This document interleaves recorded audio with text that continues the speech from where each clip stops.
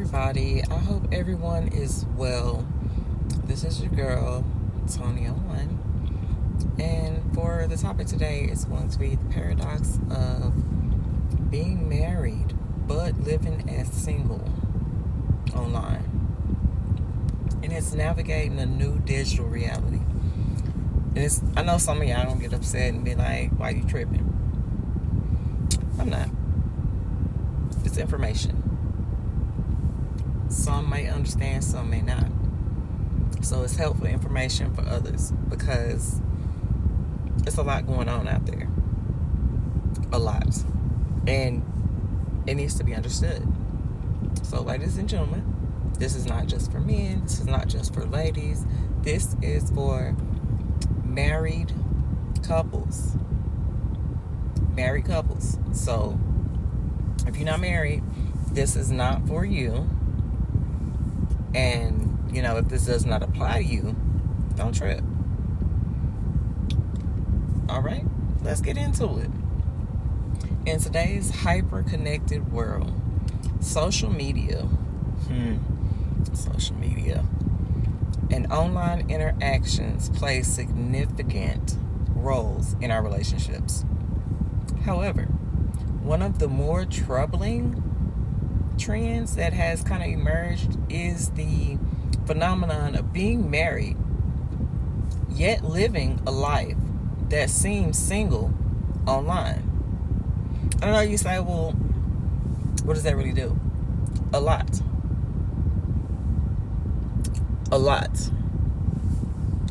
This paradox can have profound implications, presenting a complex scenario where marital commitments clash with online behaviors. Here, I'm going to explore what it means to publicly void your marriage online, how it affects your spouse, and what can be done to navigate this delicate situation. Because let's be clear, there are a lot of feelings involved in all of this, in all of it. And we have to take into consideration not just our own feelings, but our spouse's feelings as well. How it's going to affect them. And if you love them, truly love them, you'll want to do something about this. If this is you. If not, then this ain't about you. Right? So, understanding the dynamics. 1, the digital divide. The internet blurs the lines of privacy, while social media platform allows individuals to curate their lives. They can also serve as a stage for behaviors that contradict one's real-world commitments. Many married individuals find themselves engaging in flirtatious conversation, sharing images that suggest a single lifestyle, or even forming connections with others that go beyond platonic friendships, all while maintaining a marriage in the offline world. So this really does affect people, their feelings, their emotions, because it's intimacy. The time you spend talking, you're going to talk about probably some of everything. Hopefully not your marriage, but I've seen it happen, which is very negative and hard for your spouse. Number 2, social roles and expectations. Now, society often has unspoken rules about how married individuals should present themselves publicly. When a person is in a committed relationship, presents as single online, and challenges these norms, it makes people wonder, is the marriage real? Or are you really single? The discrepancy between one's online persona and their real life situation can cause not only confusion for others, but also feelings of betrayal within the marriage itself. So, we're popping it online. Our bio might say we're single. You never post pics of your spouse. That can lead people to think that you are single publicly. And if you're living that way, you're not only being dishonest with yourself and with the person you're talking to online, but you're being dishonest with your spouse. It's disrespectful. Like, there's no way around it. It's disrespectful. And God ain't having it. So what is the impact on your spouse? Well, for one, feelings of betrayal.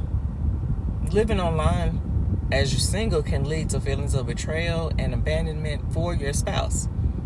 They may feel as if they are being publicly disregarded or replaced, which can lead to significant emotional distress. This sense of betrayal is compounded if they discover this behavior through indirect means, such as mutual friends or social media. 2, erosion of trust. Trust is a foundational pillar in any relationship. When one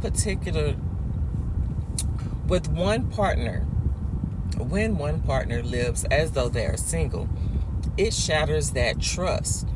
The spouse may begin to question every aspect of the relationship, leading to anxiety and insecurity. These feelings can spiral into larger issues, including fights, resentment, and ultimately a breakdown of the marriage. We don't want that for anybody. If you don't want to be married, you want to be single, let it go. Be honest. Tell that person that's what you want to do. It's only right, right? Well, some people don't do it. Some people don't view it that way for whatever reason. 3, public perception versus private reality. That's where it gets real thick. Now, this disparity between public perception and private reality can create a dissonance that is difficult to reconcile. You done created this whole life online, like you out there, you popping, you can do what you want to do. It's nobody at home. You look single. So people are going to treat you as if you were single. Your friends, family, co-workers, church members, like everyone nowadays is online. Grandma and them is online. The kids are online. Like, who really wants to be answering those questions like that from all your friends and associates and loved ones? Because you're not only hurting your spouse, but you're hurting your family as well. They have feelings too. Like someone once told me, it's not just about your view in a situation. It's about that other person's view as well. So you might be having your spouses wondering, about how others perceive their relationship, feeling embarrassed or humiliated by their partner's action. And that's completely understandable. Who wouldn't be hurt? Who wouldn't be feeling betrayed? Who wouldn't be sitting there confused like, well, what the hell? What am I, chopped liver? It will make you wonder if you're in that situation, because it raises so many questions, right? Now, the online appearance of being single can lead to assumptions, like I said, by family and friends that the marriage is on the rocks, which can intensify feelings of isolation for the affected spouse. So it brings about the question, why do people choose this path? Like, what do you guys think? Make sure you comment. I enjoy the feedback. Let me know what your thoughts are on this. Why do people choose this path? 1, escapism. Yeah, escapism. For some, living a single life online offers an escape from the pressures and responsibilities of marriage. I know, right? It just don't even sound right. It can provide a sense of freedom or a false sense of adventure allowing individuals to fulfill unmet desires or explore aspects of their personality that they feel restricted from in their marital roles. That's why you have to be open and honest and talk. I mean talk. Dirty laundry with your spouse, talk. Say exactly what's on your mind. Say exactly what's on your heart. Give that person the opportunity to say, well, hey, maybe I can make a change. Maybe we can compromise. Maybe we can work through this. Do we need, marriage therapy? Just allowing that person the right, the understanding, the respect, and the ability to say, hey, I'm not with this. Or, hey, we can work through this. So, what other reason could there be for them choosing that path? Well, validation and attention. In a world increasingly driven by likes and comments, some may seek validation through online interactions. Flirtation, attention from admirers, or the thrill of connecting with new people can be alluring, leading to decisions that undermine the sanctity of their marriage. I wouldn't want to do that, because I want you to feel secure. In my relationship, no, I'd want you to remain secure. Publicly and private. It matches. You see what I'm saying? 3, insecurity and unhappiness. It goes back to talking, right? Opening up, sit down at the table, on the couch, wherever, outside on the back porch, it doesn't matter. Talk it out. Talk. Avoid some problems by talking, right? Well, often the choices individuals make online stem from deeper issues of insecurity or dissatisfaction within their marriage. Rather than addressing the problems head on, some may opt to escape into the digital realm, creating a twin persona that disconnects them from their committed partner. So how can we fix this? How can we dig into this and make this right? Well, rebuilding connections. Yeah, rebuilding the connection. 1, communication is key. I'm going to say that again. Communication is key. Full communication. Something that can be comprehended. Communication. Effective communication. Not screaming, not yelling, not huffing, not puffing, not eye rolling. None of it. Just straight up communication. If you find yourself in this situation, the first step, you should be honest and open. Communicate with your spouse. Discuss your feelings and intentions, letting them understand why you have engaged in this behavior.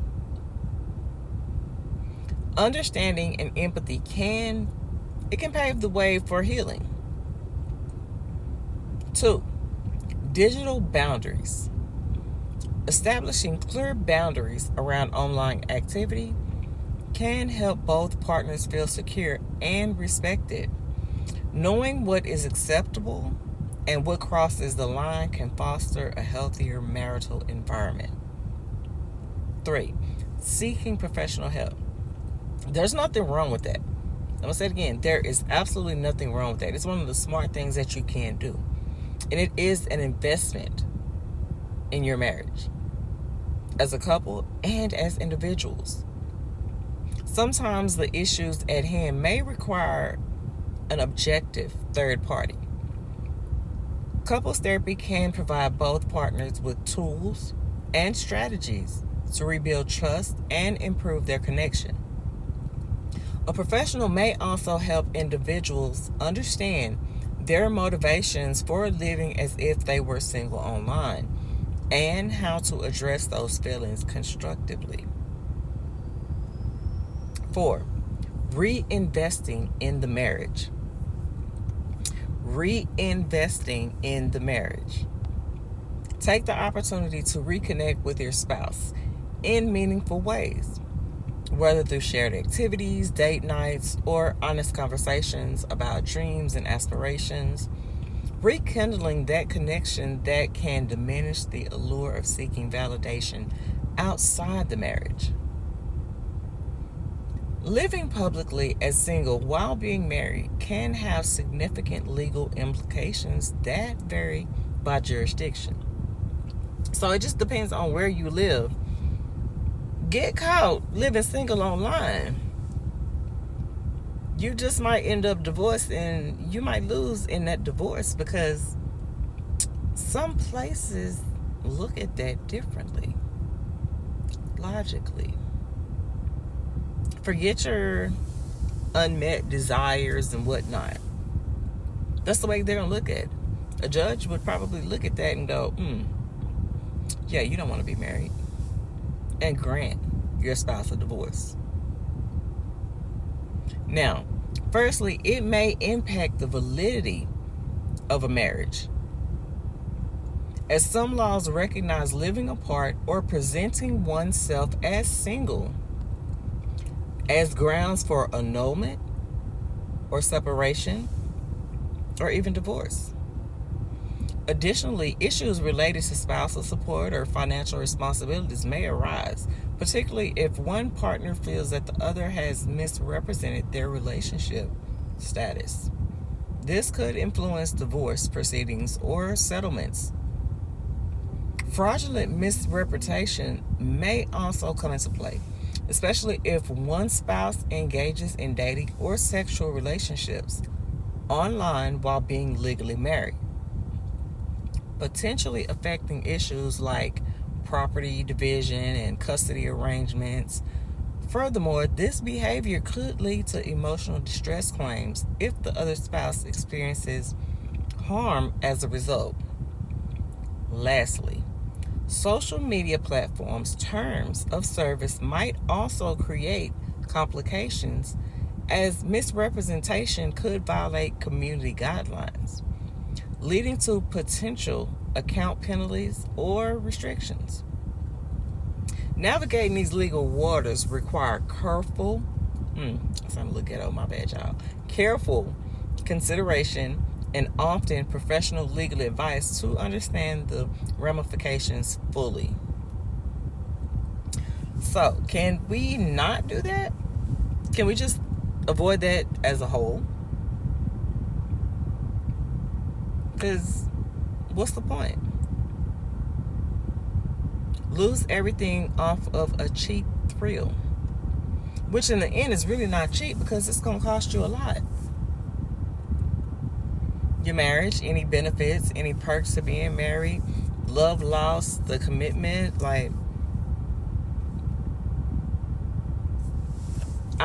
the phenomenon of being married yet living as single online reflects the complexities of modern relationships.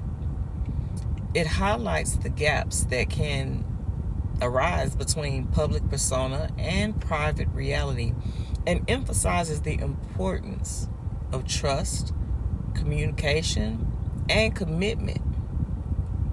Only by acknowledging these contradictions can couples navigate the challenges presented by the digital age and reaffirm their vows in both the online world and offline reality. Reconnect. Remember, the foundation of a lasting partnership is not just about avoiding pitfalls, but actively nurturing the connection that will bind you together. Bottom line is, if you don't want to be married and you want to be single, have enough decency to be honest about it with yourself and your spouse. Do it the right way, like how you would want them to do it to you. So is it really that important? Is it? Online playtime? Y'all let me know. Save marriages. If they can be saved, save them. Because that grass that you see out there, guess what? It could be turf. Might even be real grass. Who wants perfect? Because that's pretty much kind of, from what I've heard, that's what be happening. The grass looks so much better on the other side. It looks like it's so many more benefits. You're like, oh, I'm bored, or I'm tired. Like, I'm tired of waking up to the same person. I want something new. Or you're trying to find yourself. Or you're having a midlife crisis. Talk to your spouse. People make mistakes. And I'm going to tell you, when you keep doing it, it's no longer a mistake. It's a habit. So if you want to be single, be an adult and say that's what you want. Because you don't want that coming back on you. Well, they say karma's yeah. You don't want that. I don't want that for anybody. I don't want anybody to suffer like that. No. So just keep it 100. Talk to your spouse. And do what's right. I will talk to you guys later.